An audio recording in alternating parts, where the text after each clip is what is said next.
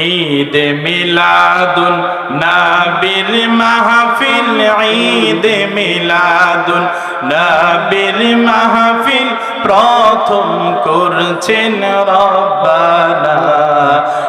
ঈমানদারগণ জুলুস করোনা, ঈমানদারগণ জুলুস করোনা। বলুন ঈদ মিলাদুন নবীর মাহফিল, ঈদ মিলাদুন নবীর মাহফিল প্রথম করছেন রব্বানা। ঈমানদারগণ জুলুস করোনা, ঈমানদারগণ জুলুস করোনা। আশিকেরা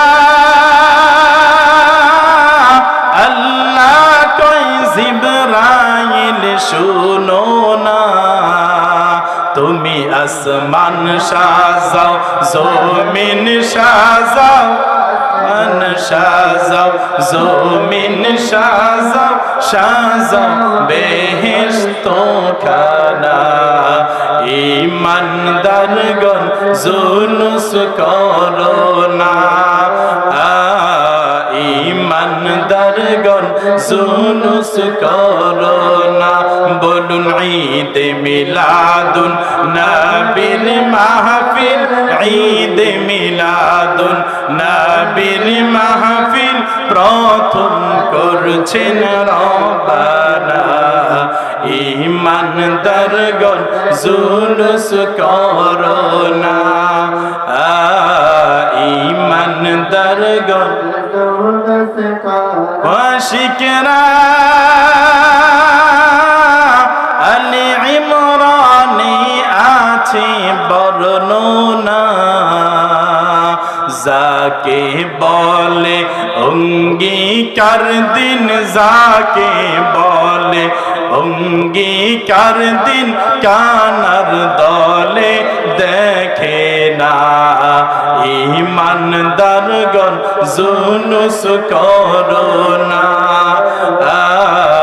ঈমানদারগণ জুলুস করোনা।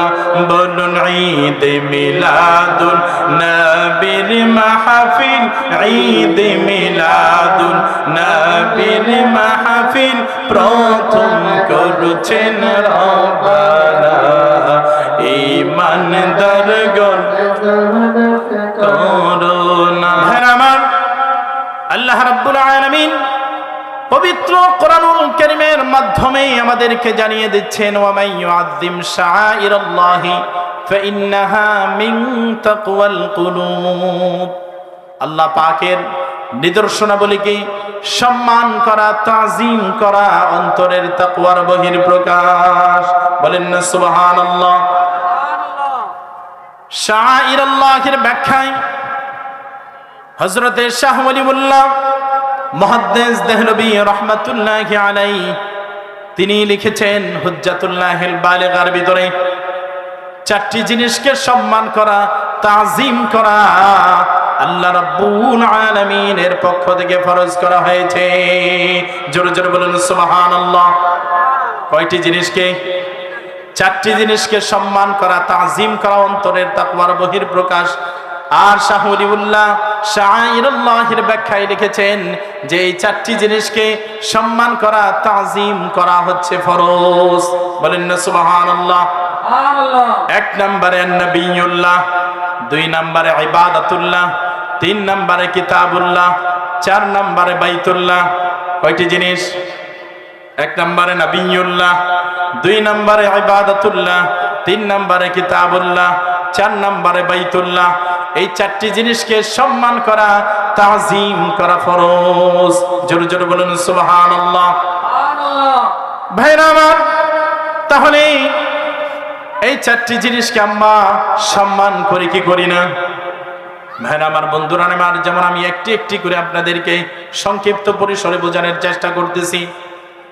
ভাইরা আমার, আমরা পবিত্র কোরআনুল কারীমকে সম্মান করি কি করি না? যার কারণেই তো পবিত্র কোরআনুল কারীম তেলাওয়াতের পূর্বে আমরা ওযু করে পবিত্রতা অর্জন করে নেই, ঠিক কিনা বলেন? পবিত্র কোরআনুল কারীম আমরা যখন তেলাওয়াত করব, তেলাওয়াতের পূর্বে নিজেদেরকে আমরা পবিত্র করে নেই।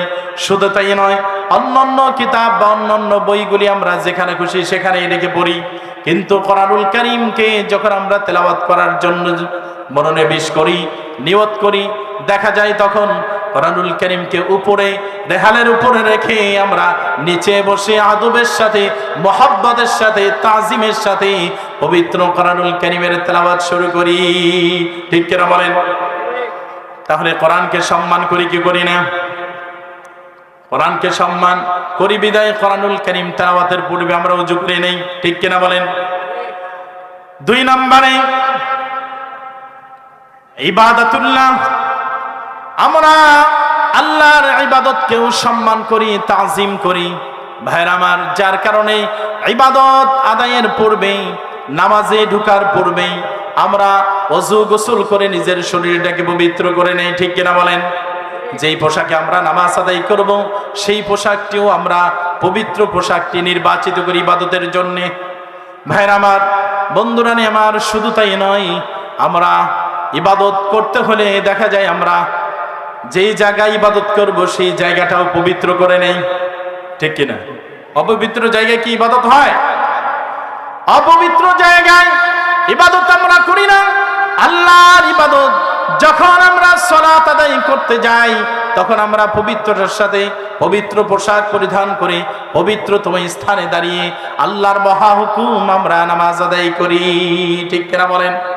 তাহলে আমরা আল্লাহর ইবাদতকেও সম্মান করি কি করি না? তারপরে 3 নম্বরে বাইতুল্লাহ, বাইতুল্লাহ ঘরকে আমরা সম্মান করি কি করি না? বাইতুল্লাহ ঘর অর্থাৎ কাবা ঘরকে সম্মান করি বিদায় বাংলাদেশ থেকে কাবা দেখা যায় না, বাংলাদেশ থেকে আমরা কাবা দেখতে পাই না, কিন্তু আল্লাহ রাব্বুল আলামিনের পবিত্র ঘর বাইতুল্লাহ ঘরকে বাংলাদেশ থেকে না দেখেও আমরা তাজিম করি, সম্মান করি, যার কারণে কাবার দিক হয়ে আমরা নামাজ আদায় করি, ঠিক কিনা বলেন? শুধু তাই নয় ভাইরা আমার, আল্লাহর পবিত্র ঘর মসজিদে আমরা নামাজ আদায় করতে ঢুকি। আমি যতগুলা মসজিদে সফর করেছি, নামাজ আদায় করেছি, এমন কোন মসজিদ দেখতে পাই নাই সেই মসজিদের সামনের দেয়ালে অর্থাৎ কাবার দিকে জানালা আছে, দরজা আছে, এমন কোন মসজিদে আমি নামাজ আদায় করি নাই। আপনারা করেছেন?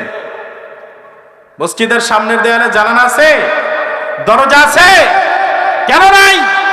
কারণ বাইতুল্লাহ ঘরকে সম্মান করা, তাজিম করা ফরজ, যার কারণে বাংলাদেশ থেকে কাবা ঘর দেখা না গেলেও আল্লাহর ঘর মসজিদে ঢুকে কাবার দিকে মুসল্লি থুতুকফ নিক্ষেপ করতে পারে, যা কাবার সাথে বেয়াদবি হবে, যার কারণে কোন মসজিদের সামনের দেয়ালে কাবার দিকে জানালা নাই, দরজা নাই, ঠিক কিনা বলেন? তাইলে কাবাকে সম্মান করি কি করি না? নামাজকে, ইবাদতকে সম্মান করি কি করি না? তারপরে পবিত্র কোরআনুল কারীমকে সম্মান করি কি করি না? এই ক্ষেত্রে কোন বেদাতের ফতোয়া কেউ কি দেয়? কথা বলেন। এই ক্ষেত্রে কেউ ফতোয়াবাজি করে না। এই 3টা সবাই, সকল ঘরানার সকল আলেম ওলামা সবাই সম্মান করে, কিন্তু যখন 1 নম্বরে নবিউল্লাহ, আল্লাহর নবী মুহাম্মদুর রাসূলুল্লাহ সাল্লাল্লাহু আলাইহি ওয়াসাল্লামের শানে মুহাব্বতের সাথে দাঁড়িয়ে যখন আমরা সালাম দেই, তখন বেদাতের ফতোয়া দেয় কি দেয় না? একটু জোরে বলেন, বেদাতের ফতোয়া দেয় কি দেয় না? আমার নবীকে যদি আল্লাহ পাক সৃষ্টি না করতেন, আমরা কি কোরআন পেতাম? তাহলে বাইতুল্লাহ ঘর, কাবা ঘর হয়েছে তো আমার নবীর উসিলায়, ঠিক কিনা বলেন? কাবা ঘর তো আগে কাবা ছিল না, হয়েছে তো আমার নবীর উসিলায়, নবীজির সাদকায়। বলেন না সুবহানাল্লাহ। পবিত্র কোরআনুল কারীম হচ্ছে মুসলমানদের জন্য রহমত, ঠিক কিনা বলেন? আর আমার হাবিব নূর নবী মুহাম্মদ সাল্লাল্লাহু আলাইহি ওয়াসাল্লাম গোটা বিশ্ব জগৎ সমূহের জন্য রহমত। বলেন না সুবহানাল্লাহ। এই দলিল দিয়েছেন কে? স্বয়ং আল্লাহ নিজে দিয়েছেন। কোথায় দিয়েছেন? পবিত্র কোরআনুল কারীমের মধ্যে। আর কোরআনুল কারীমের শুরুতেই আল্লাহ পাক বলেছেন, যালিকাল কিতাব লা রাইবা ফি, এটা এমন একটি কিতাব যেই কিতাবের ভিতরে সন্দেহের কোনো অবকাশ নাই। ঠিক কিনা বলেন? তাহলে সেই কোরআনুল কারীমের ভিতরে আমার নবীজি কি বলেছেন? আমার আল্লাহ রাহমাতাল লিল আলামিন। সুবহানাল্লাহ, সুবহানাল্লাহ।